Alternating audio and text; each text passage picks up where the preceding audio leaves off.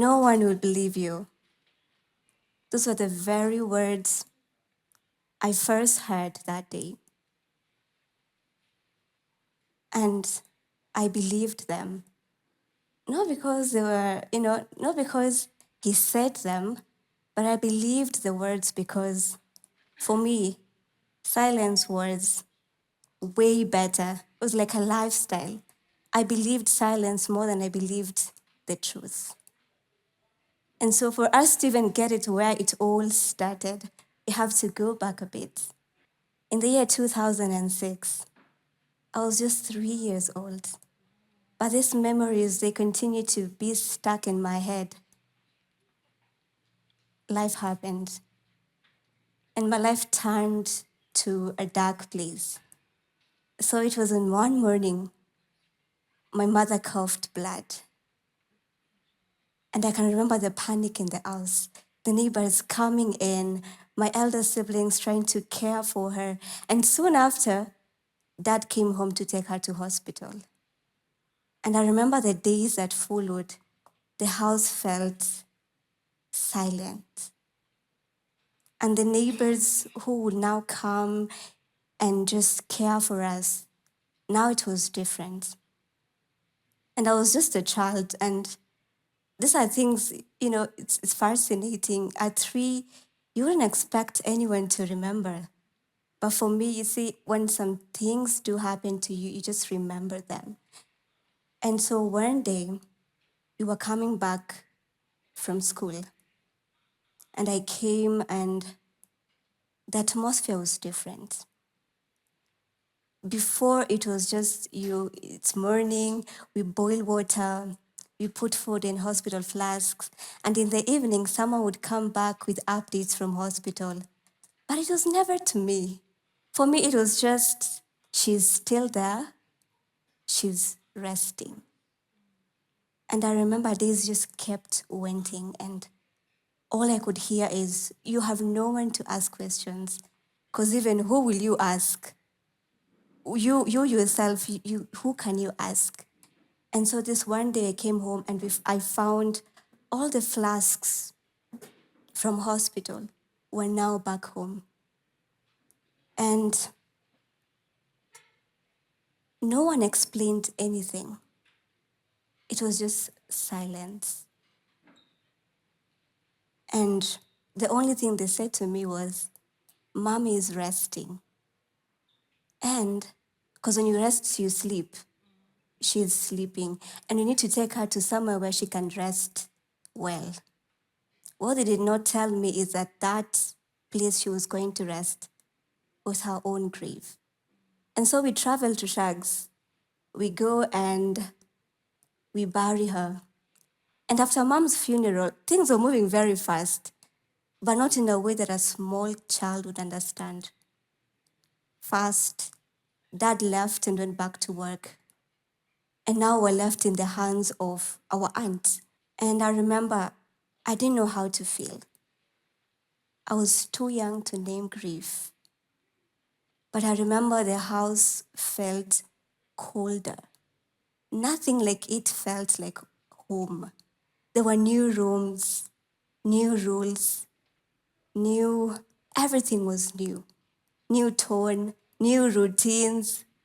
And so we had to fit in a way. We had to fit it. You just have to fit in to be good. But even trying to fit in to be good, there are days where beatings would come for no reason.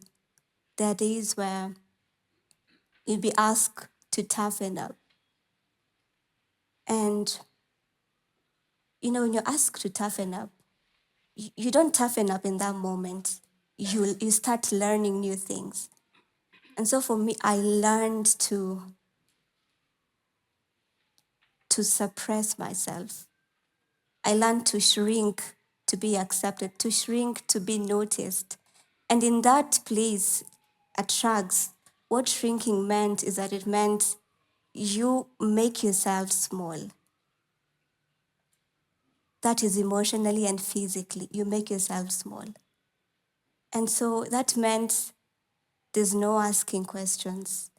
There is no crying. There is no asking for help. And you just learn and you suppress yourself to fit in. And you see, when you are young and you start doing this thing, it forms a system in you. That's who you continue to become. 1 year, almost 1 year down the line, our dad came back to pick us. It felt like a hero had returned. And we thought maybe now the endings to the beatings, to the suppression, to the loneliness, to the confusion, but we were wrong. Dad had remarried. And now he had come to pick us to go to a new home with a new woman we had never met. And so Dad said, I have found you guys a new mother figure who is going to secure your futures. And for me, being the last born I never felt secure. And after that, so he took us and we went with him. And we met the new mom. And nothing felt secure. Not because she was bad or she was different, she was difficult to deal with, but she was different. She was very different. And when we came, and now we're living with now the new person, the new woman would call mom, it was new set of life, trying to adapt again, trying to understand again. And I remember this time was so difficult because I found myself trying to find my mom in this different person, this person who would never become mom. And even sometimes something weird would happen. I'd find myself trying to love my dad harder. So to just give, just to tell myself that I'm still being loyal to mom's memories. And then came 2014, July 2014. I was 11 years old. And it was just before midterm, and I was so excited. And I went and I called my dad to tell him we are coming home, we've finished, and how I defeated the boys in the class. And he said he would come to pick me, as always. Few days later, I was called to the principal's office. And when you're called to the principal's office, it's either two things. It's either it's a discipline issue you're dealing with, or it's a positive applause. And you would find the senior teachers there. And if it was a discipline issue, then the deputy principal would be there.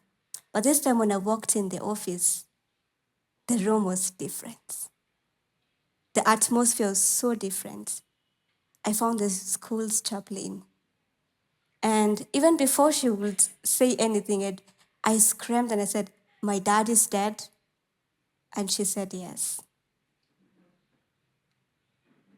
I felt like the world had stopped spinning. I felt naked without skin.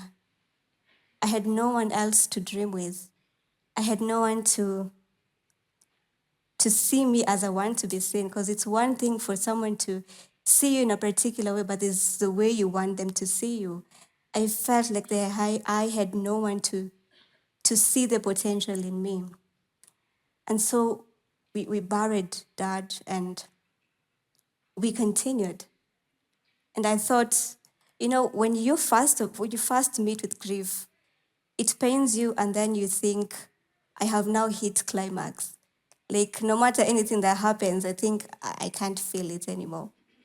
But when this happened, it didn't open the wound, it deepened the wound in the inside of me.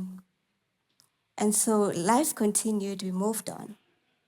And then September of 2020, now me and my stepmom, who had been apart for years, began to bond again. Now she was not Dad's wife. Now she was becoming mom. I was beginning to trust her. I was beginning to feel safe around her. Something unexpected happened. She fell sick. But it wasn't the loud kind of sickness. So we thought, she would just be fine because mom was a fighter. But the more she continued ailing, the doctors couldn't find what was wrong with her. And it was too late when they found out what was happening. And we lost mom again.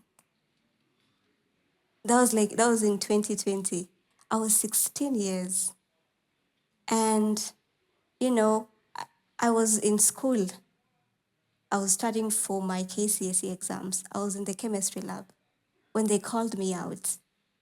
And so this time we went to Shags, we buried mom, and I came back to school like nothing had happened. But you see, you can only bury pain for so long before it starts to show in everything that you do. And I remember going back to school, it wasn't easy. There were nights I couldn't sleep. There were times for the longest time of me being there, I couldn't speak. There were moments when I didn't know what was happening. But in the middle of all that, I sat my KCSE exams and I passed. Not only did I pass the test, but I survived the year of my life that I thought would kill me. That year didn't take me out, it woke me up. And I was just 17 years now, finished high school, and I was so excited to go to university. And so one of my aunts who lived nearer to school, she took me in.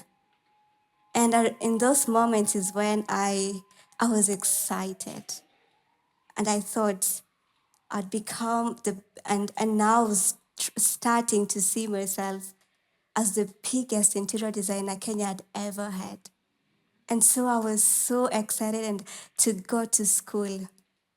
But you see, this same house that promised safety, this house that I sat and I envisioned myself, and I thought, here is where all the prayers I've ever prayed will be answered by me going to school and doing the things I wanted to do, became a trap. So one evening, I was just in the house. I was washing dishes in the house. And my uncle now, the man of this house, my auntie's husband, that's my uncle, right? So he comes in and he locks the door. And he comes at me for the fourth time. And this time I threatened to expose him. But he looks at me and he said, "No one will believe you. I am your uncle. This is nothing." And that is when I knew silence was not an option anymore. And so I spoke. I spoke to an uncle of mine who I trusted. And instead of him diminishing me, he listened to me. And just listening to him was enough. And he rescued me.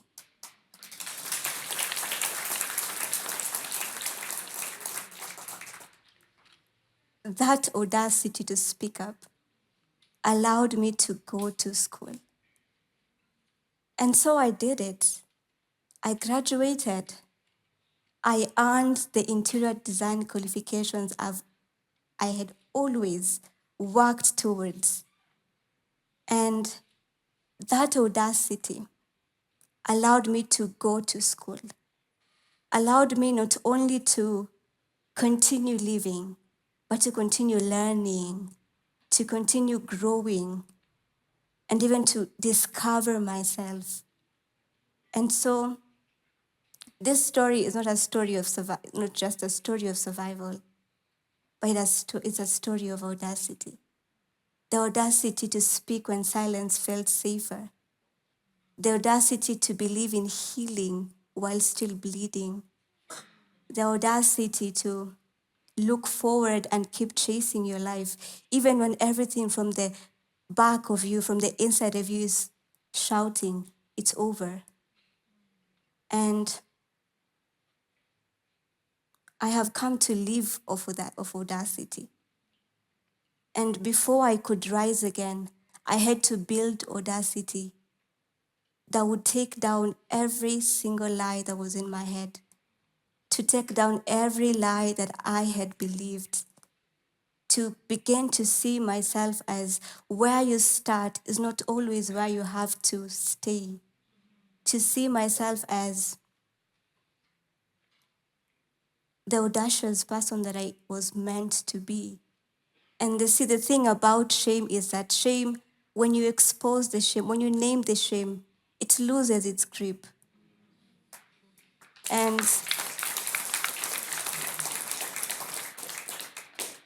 because shame is real, but once you get to a point where you can name it, it loses its grip completely. And maybe, who knows, maybe I went through it so that no one else will have to go through it. No one else will have to stay with the pain to process it, and at the end run, it takes them down. And so that is what audacity looks like for me. I spoke, I built, and now I am a voice. I am not an echo. Thank you.